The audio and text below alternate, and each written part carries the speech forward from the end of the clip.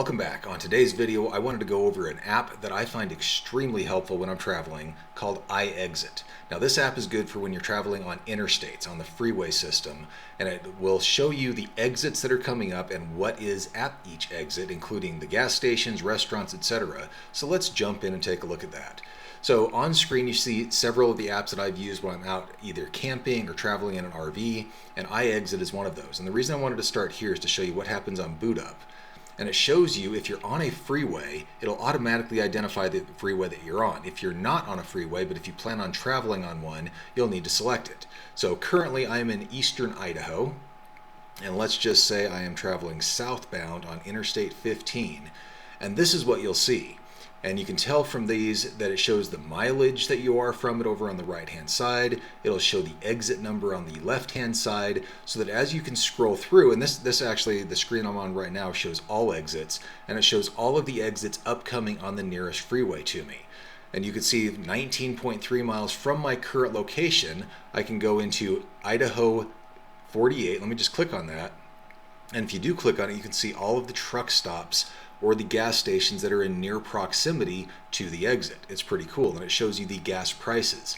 Now, this is crowdsourced information, so it's only as updated as the people that are updating the information go through. So you'll find that rural locations or remote locations not updated near as frequently as urban locations, but still it gives you information that is critical to your knowing if you're traveling. Now, when I was towing an RV, it was very important to me to know how close they were to the on-ramp and the off-ramp, and also to see different types of gas stations so that I would know if I was getting myself into a tight situation.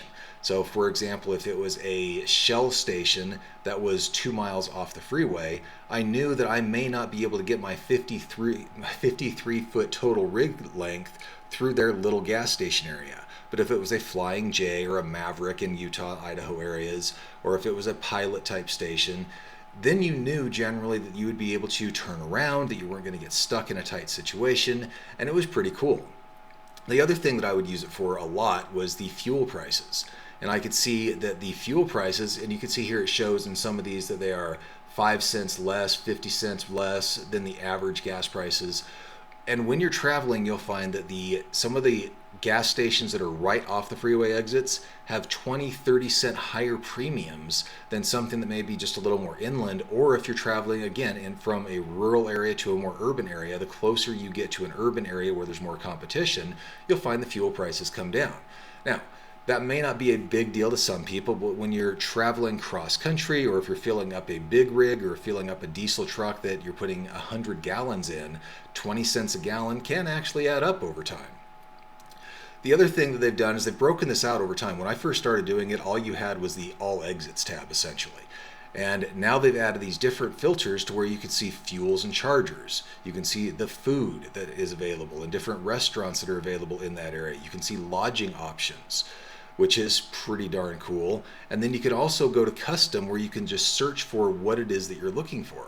And you can see there's a whole lot of different things in here: low sulfur diesel, ultra low sulfur diesel, CNG, the natural gas, propane, hydrogen options, and then the different types of food. If you're a trucker or if you're an RV person and you're trying to figure out what's coming up, this app has been invaluable to me, so that I can know, well, I've got a quarter tank left. Do I want to stop at the exact next one where the gas prices are 50 cents higher a gallon?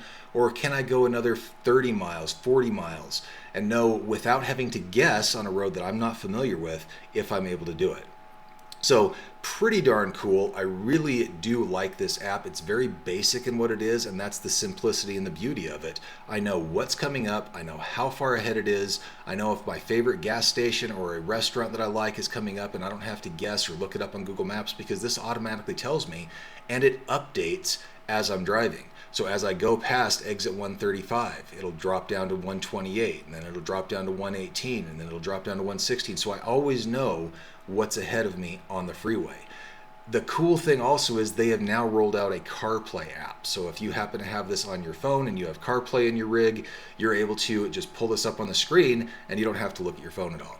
So I hope this has been helpful to you. I do recommend this app. It's been very helpful to me as I go through. This is not a paid subscription. I'm not getting any contributions from iExit on this at all, but because this app has been so helpful to me, I wanted to do a quick recommendation video and show you what it looks like. If it has been helpful to you, please give us a like down below. If you'd like to see more content like this, do consider subscribing to the channel.